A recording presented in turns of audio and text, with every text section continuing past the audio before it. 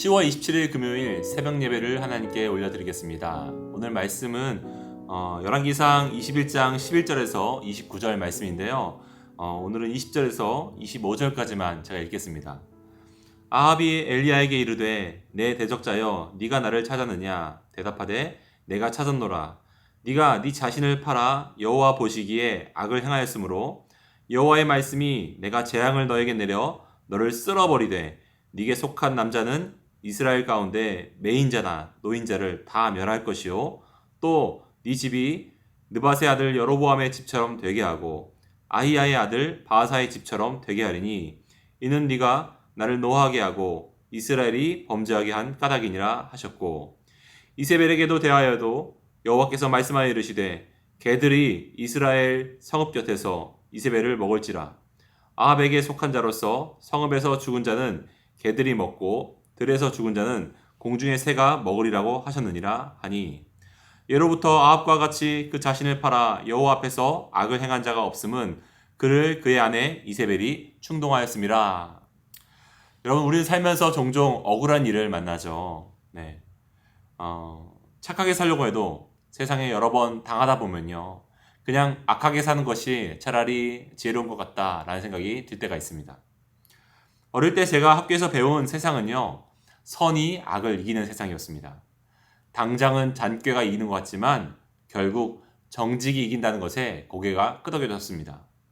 그런데 현실은 어떻습니까? 현실에서 만나는 어른들을 만나다 보면요, 우리들로 하여금 그냥 이런 마음을 갖게 합니다. 그냥 남들처럼 살자, 유별나게 살지 말자, 이렇게 체념하게 하죠. 본문의 나봇은요, 성경에서 참 억울한 사람 중에 한 사람이었습니다. 사실 구약 성경에서는요, 억울한 사람이 정말 많이 등장해요. 대표적으로 형들이 애굽에 팔아넘겼던 요셉이 그랬고요. 자기가 충성되게 따랐던 왕이 끊임없이 자기를 죽이려고 했던 다윗 왕이 그랬습니다. 오늘 나봇도 그와 같은데요, 이처럼 일일이 다 언급하지 않아도 성경에서 나오는 인물들 중에 억울한 사연이 없는 사람이 없습니다. 그것은 우리의 인생에서 종종 만나는 억울함을 설명합니다. 오늘 본문이 말하는 첫 번째 진리는 이것입니다. 이 세상에는 억울한 일이 많이 있다라는 겁니다. 오늘 나봇도 억울한 일을 만나죠. 그는 포도원 하나를 가지고 있었습니다. 겨우 하나예요. 그것이 마침 그런데 이스라엘의 왕 아합의 왕궁에 딱 붙어 있는 거죠.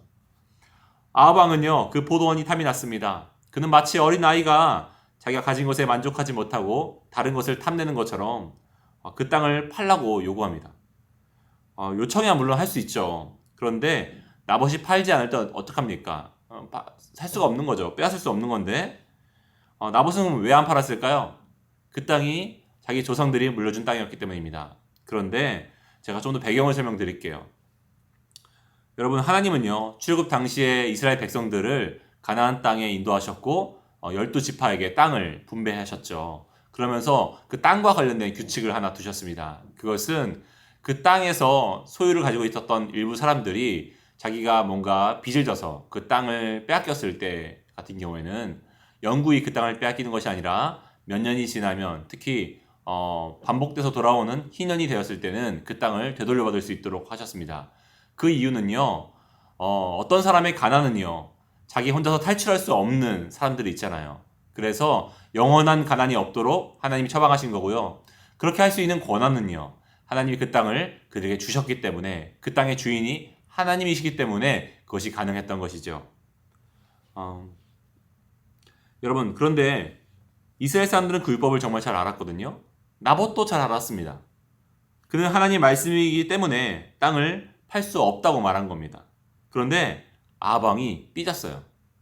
그는 침울한 표정으로 집으로 돌아가서 이불을 뒤집어쓰고 음식을 거부하고 밖에 나오기를 거부합니다. 그랬더니 그의 아내 이세벨이 찾아와서 말하죠. 왕이여, 당신은 이 나라의 왕입니다. 그 땅도 이 모든 것도 당신의 것이 아니겠습니까? 라고 말하고 자기에게 계획이 있다고 해서 돌아갑니다. 그리고 한 사람을 세워서 그 사람을 하고 위증을 말하게 한 거죠. 바로 나봇이 하나님과 아합 왕을 욕되게 하고 있다라고 거짓 증인을 하라고 한 겁니다. 그래서 그 결과 나봇이 공개 처형을 당하고 돌에 맞아 죽게 됩니다. 거기까지는 그들은 이 일이 잘 풀린다고 생각했을 겁니다. 나봇은 억울했을 겁니다. 우리는 억울한 일을 만날 때 흔히 두 가지를 생각하는 것 같습니다. 먼저는 하나님이 나를 벌하셨구나 라고 생각하는 거죠. 여러분, 그렇지 않습니다. 하나님이 벌하신 게 아니라 그 상대방이 악한 거예요. 우리가 자연재해 등 이 땅의 환경이 망가져 있는 경우도 있죠. 그 결과 우리가 어떤 고통에 직면하게 될 때가 있다라는 겁니다. 여러분, 예레미야는요, 가장 극심한 재난 중에 이렇게 말합니다. 하나님이 너희를 벌하셨다 라고 말하지 않고 이렇게 말해요. 너희를 향한 하나님의 생각은 평안이요 재앙이 아니니라. 여러분, 그것이 궁극적으로 하나님이 저희를 향하신 뜻입니다. 그러므로 땅의 오염과 악인들의 기승은요, 하나님의 구원과 심판의 필요를 드러낼 뿐입니다. 또한 두 번째로 후회스럽다라는 생각이 들기도 하죠.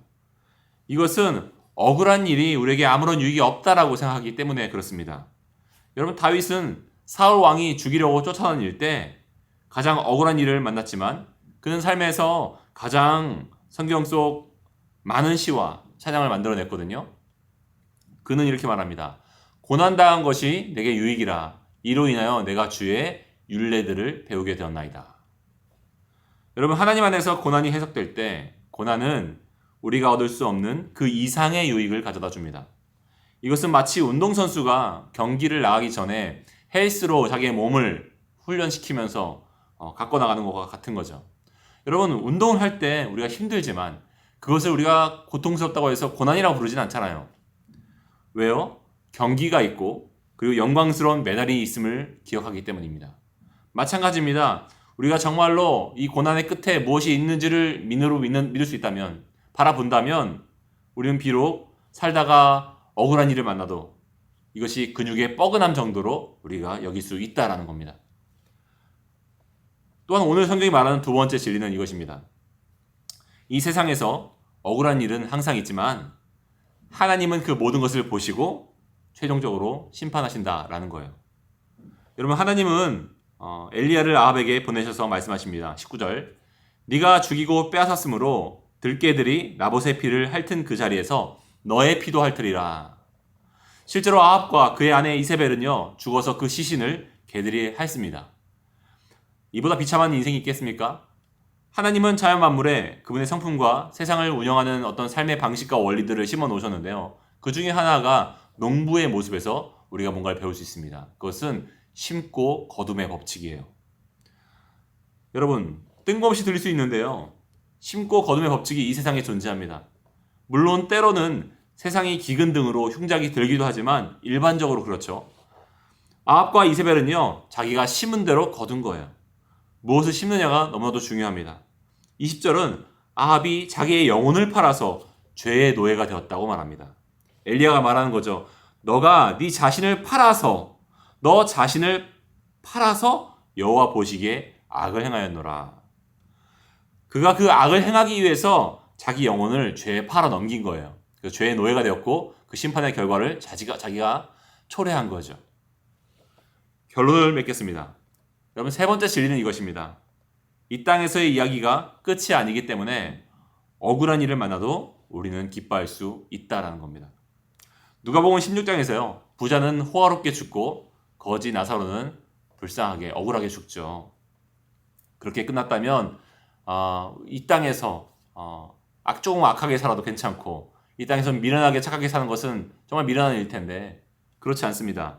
나사로는 하늘 위에 아브라함의 품에 안기죠. 그 아브라함의 품이라는 것은 하나님의 품을 말하는 겁니다. 또한 부자는 지옥에 내려갔죠. 나사로가 자기의 죽음의 뒤에 그 결과를 미리 알았었다면 그는 이 땅에 살면서도 낙심하지 않았을 겁니다. 반대로 그 부자가 그 미래의 결과를 자기가 알았다고 한다면 이 땅에서 보다 겸손했을 것이고 그리고 자기의 것을 내 것으로 주장하지 않고 나눴을 것입니다. 여러분, 그것이 우리의 위로이고 궁극적인 소망인 거죠.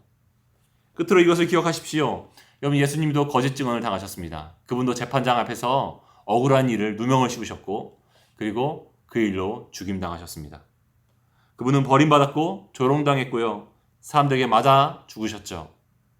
그런데 하나님께서 그를 다 보셨고 부활시키셨습니다. 그럼으로써 그분이 오르셨고 그분을 틀렸다고 말했던 모든 사람들이 흘렸음을 보여주셨죠.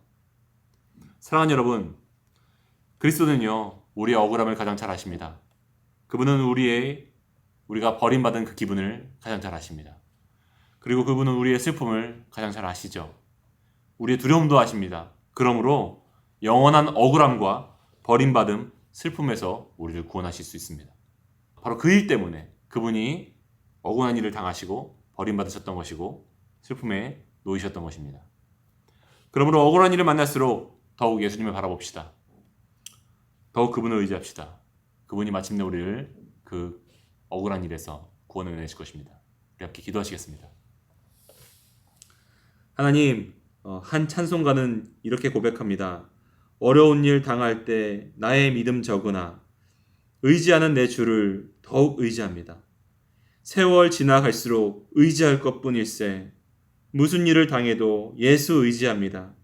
그렇습니다. 우리 삶 속에 어려운 일 많이 당하지만 그것이 하나님의 벌이 아니라 하나님의 구원이 필요함을 말하고 있음을 기억하겠습니다. 하나님, 이 땅의 악인들을 벌하시고 당신께 의뢰하는 자들을 모든 억울함으로부터 구원하여 주옵소서. 예수님 이름으로 기도합니다. 아멘. 이 시간 우리 두 가지 놓고 기도했으면 좋겠는데요.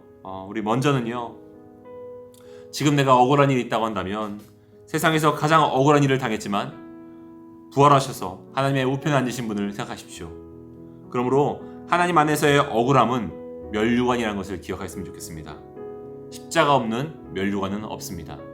또한 두 번째로 우리가 기도하기 원하는 것은요, 여러분, 결국 주님이 모든 것을 보셨고 주님이 심판하신다는 겁니다.